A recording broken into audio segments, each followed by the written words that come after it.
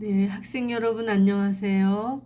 오늘은 두 번째 동영상 시간으로 천지창조의 두 번째 순서를 가지겠어요. 어떻게 하나님께서 동물들과 또 사람을 만드셨는지 하는 것을 공부해 보도록 하겠습니다. 먼저 기도하고 시작할게요. 사랑이 극진하신 하나님 아버지 감사합니다.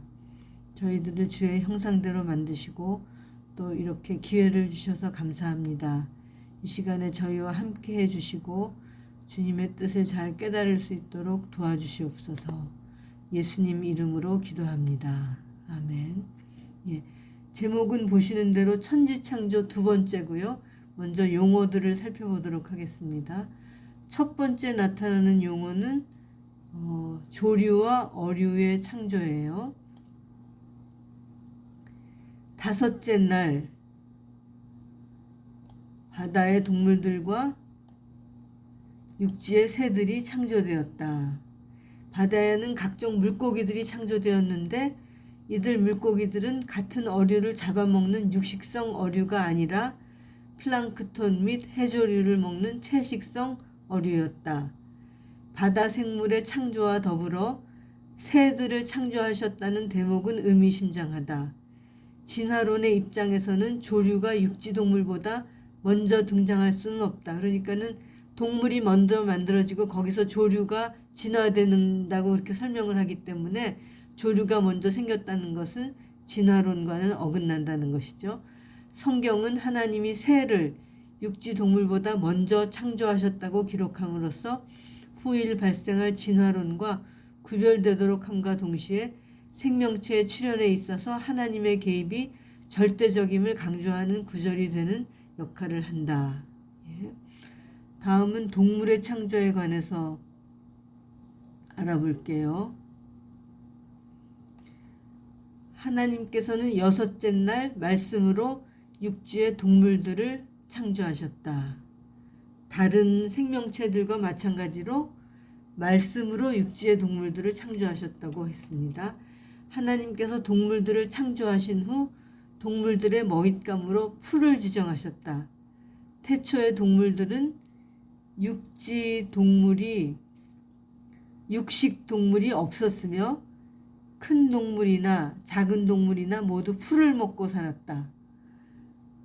모든 동물이 초식 동물인 관계로 생존을 위한 살벌한 투쟁을 벌일 필요도 없는 평화로운 세계였으며 죽음이 없는 세계였다. 그러니까는 동물들조차도 다 풀을 먹고 살았어요. 그래서 서로 약육강식의 싸움이 없는 세계, 또 죽음이 없는 세계였다고 그러죠. 그러니까는 이러한 세계는 우리가 상상만 해도 너무나 아름답고 평화롭고 가고 싶은 그런 세계구나 하는 생각이 듭니다. 다음은 인간의 창조예요. 인간의 창조는 창조의 극치이다. 왜냐하면 가장 나중에 만드신 거죠. 인간은. 다른 생물체들이 말씀으로 창조된 반면 인간은 창조의 방법도 달라서 하나님께서 서로 의논하신 후 그분의 형상을 따라 그 손으로 직접 만드시고 숨을 불어넣으셔서 살아있는 사람이 되게 하신 거죠. 다음으로 우리가 살펴볼 말은 이마고 데이라는 말인데요. 이마고라는 것은 이미지라는 뜻이에요. 이미지라는 말 여러분 잘 아시죠? 데이라는 말은 하나님이라는 뜻이에요. 그래서 이마고 데이는 하나님의 형상이라는 뜻입니다. 여기 히브리어가 나와 있는데요. 우리 한글은 왼쪽에서 오른쪽으로 지금 그렇게 읽고 있어요. 근데 예전에 한자는 한글은 왼쪽에서 오른쪽으로 읽는데 한자는 오른쪽에서 왼쪽으로 읽었었죠. 근데 히브리어도 역시 이쪽에서 이렇게 읽어가는 게 아니고 오른쪽에서 왼쪽으로 읽어요. 그런 특성이 있어요. 히브리어로 하나님의 형상은 엘로힘, 젤렘 이렇게 하는 말입니다. 하나님의 형상이 라틴어로는 이마고 데이이고요. 하나님의 모습이라는 뜻이죠. 이 하나님의 형상은 인간이 하나님의 형상 즉 모양으로 창조됐다고 보는 유대교, 기독교의 전통적인 신학적 개념이자 교리입니다. 이것은 외형뿐 아니라 이성적, 자의식적이고 도덕적이며 하나님과 교제할 수 있는 인간의 정신적이고 도덕적 속성을 말하죠. 이러한 하나님의 형상은 인간의 범죄로 말미암아 훼손이 많이 됐지만은 그리스도의 구속으로 회복될 것을 기다리고 있습니다. 그러므로 우리는 하나님의 형상으로 지어진 특별한 존재임을 늘 기억해야 되겠어요. 다음으로는 복이라는 말입니다. 성경이 말하는 기독교적인 복이란 절대 주권자이신 하나님께서 자신의 기쁘신 뜻을 따라 베푸시는 은혜의 선물이라는 뜻이에요.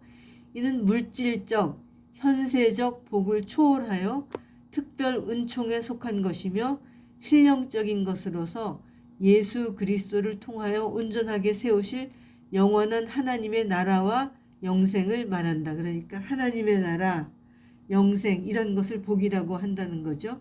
우리가 지난번 수업 시간에도 살펴봤지만은 단순히 돈 또는 물질적인 축복 이런 것을 넘어서서 생명적인 것, 또 하나님의 나라에 속한 것을 복이라고 한다는 거예요.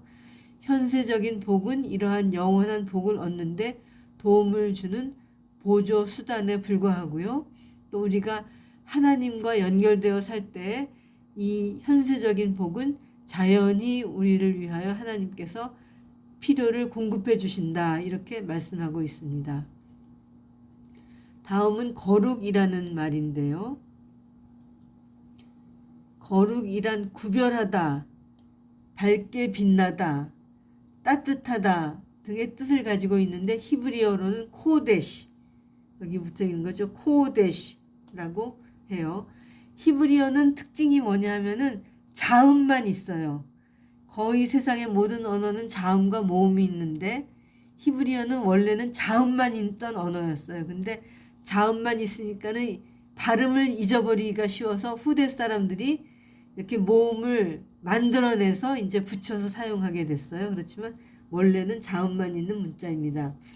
이 코데시라는 말은 기본적으로 구별하거나 분리한다는 것을 뜻해요.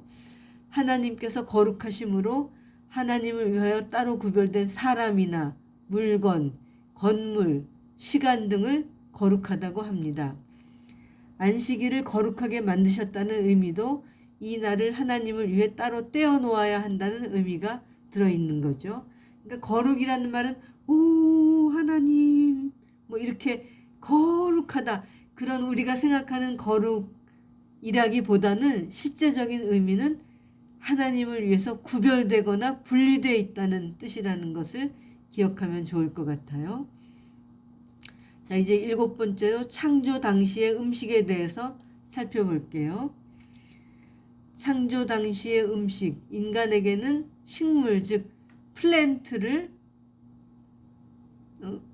양식으로 주셨는데요. 채소와 과일을 음식으로 주셨어요. 그런데 동물들에게는 풀을 음식으로 주셨습니다. 죽음이 없는 세계였기 때문에 인간에게나 동물계에나 다른 동물을 잡아먹는 일은 없는 그러한 세계였습니다. 성경 말씀에 다스리라는 말씀이 나타나죠. 지난번 살펴본 것처럼 다스리라는 것은 압제하라는 뜻이 아니라 관리하고 돌보라는 뜻이죠. 하나님께서는 인간을 창조하신 후 바다의 고기와 공중의 새와 땅 위의 모든 생물을 다스리라고 명하셨습니다. 예, 압제라는 뜻이 아니고 돌보고 관리하라는 뜻이죠. 죽음이라는 말에 대해서 한번 살펴볼까요? 하나님은 생명 그 자체이시다. 그러므로 생명이신 하나님으로부터 분리된 상태가 바로 죽음인 거죠. 그래서 최초의 인간이 범죄한 후에 그들은 하나님과 분리됐기 때문에 죽는 존재가 된 거예요. 그들의 타락으로 인해 지구에는 죽음이 들어오게 되었습니다. 이러한 죽음은 하나님의 아들 예수의 대속을 통해서만 극복될 수 있다. 중요한 것은 죽음이 극복될 수 있다 하는 거죠. 성경 말씀에 의하면은 예수님을 믿는 사람은 결국은 죽음을 극복하고 영원히 살게 될 것이다. 그렇게 우리에게 가르쳐주고 있습니다. 다음에 생각할 말은 영원을 사모하는 마음이라는 말인데요. 전도서 3장 11절에 나타나는 말씀입니다. 하나님께서 사람의 마음속에 영원하신 하나님과 영원한 하늘, 영원한 생명을 바라는 마음을 심어주셨다는 뜻이에요. 인간 이외의 어떤 동물에게도 영혼을 사모하는 마음이 없습니다. 이게 참 특징적인데요. 여러분, 아무리 영리한 개라 하더라도 밥을 주셔서 감사합니다라고 기도드리고 밥을 먹는 강아지는 없습니다. 아무리 영리한 원숭이 침팬지라도 기도하는 동물은 없어요. 오직 인간에게만 주신 마음이 영혼을 사모하는 마음이에요. 또 이것과 아울러서 생각할 수 있는 게 모든 동물들도 본능적으로 자기 새끼를 사랑하죠. 그리고 우리 부모님들도 본능적으로 우리의 자녀들을 사랑합니다. 그렇지만은 동물들은 자기 부모를 공경한다는 그런 정신이 전혀 없어요. 동물 세계에는. 그런데 인간들에게는 자기 위에 있는 분, 부모님을 공경하는 마음을 가지고 있어요. 인간들만 가지는 특징이죠. 그래서 하나님을 사모하는 마음, 영혼을 사모하는 마음, 또 우리의 부모님을 공경하는 마음, 이런 것을 하나님께서 인간에게 심어주셨다 하는 것을 알 수 있습니다. 인간만 가지고 있는 특징인 것이죠.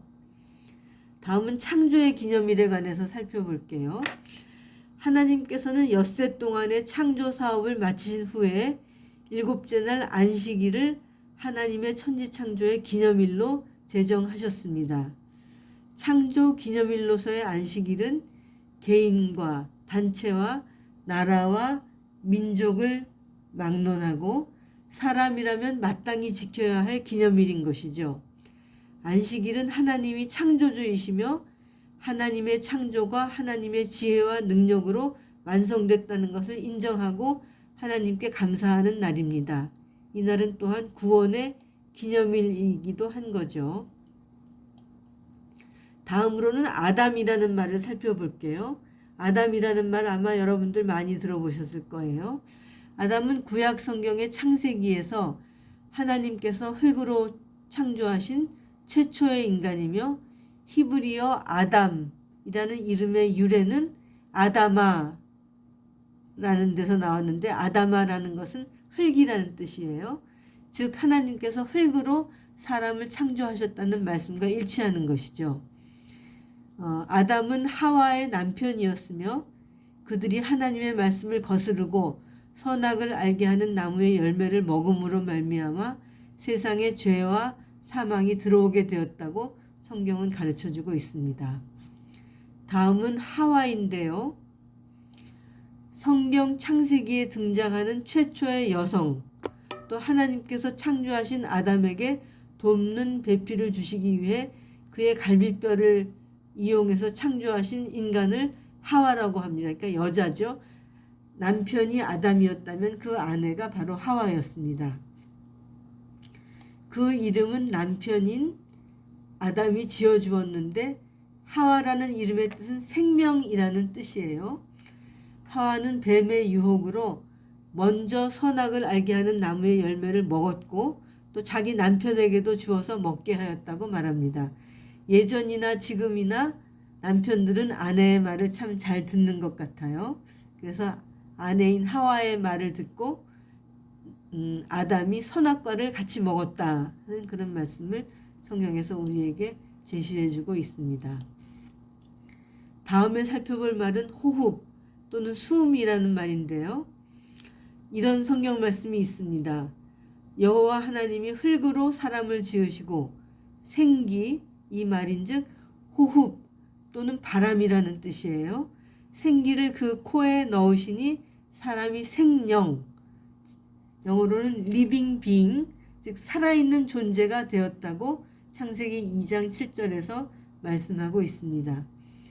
하나님께서는 생명의 호흡을 사람에게 불어넣으셔서 사람이 살아있는 존재가 되게 하셨으며 죽음은 그 호흡이 하나님께로 돌아가 없어지는 것을 말하죠. 그러면은 사람도 무슨 귀신이 돼가지고서는 천당 지옥을 떠다니는 것이 아니라 사람의 존재가 없어진다 하는 것을 성경에서 가르쳐주고 있습니다.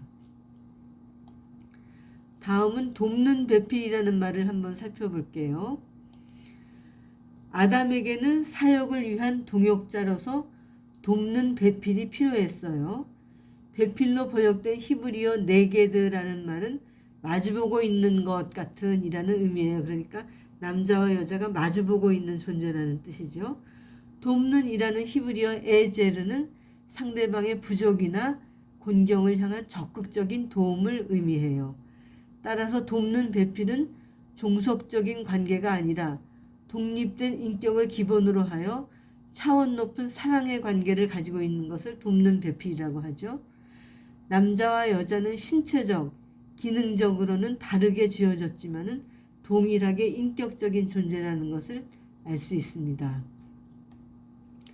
다음은 결혼제도라는 것에 대해서 한번 살펴볼게요. 하나님 앞에서 그분의 성품을 함께 나눠받은 동등한 인격체인 남자와 여자가 부부로서 짝을 이루는 것을 결혼이라고 합니다. 하나님의 명령을 따라 생육하고 번성하기 위해서는 한 남자와 여자 사이에 결혼이 필요하죠. 결혼제도는 안식일과 함께 인간이 에덴 저편에서부터 가지고 온 두 제도 중에 하나예요. 그러니까 결혼제도와 또 안식일이라는 제도는 인간이 타락하기 전 에덴 동산에서 인간에게 주셨던 그 제도를 타락한 이후에도 계속해서 우리가 누리고 있는 제도다 하는 것을 알 수 있습니다. 이제 에덴 동산이라는 말에 대해서 살펴볼게요. 에덴 동산 또는 에덴은 구약 성경의 창세기에서 하나님께서 최초의 사람인 아담과 하와를 위해 만들어 살게 하셨다는 동산의 이름을 말합니다.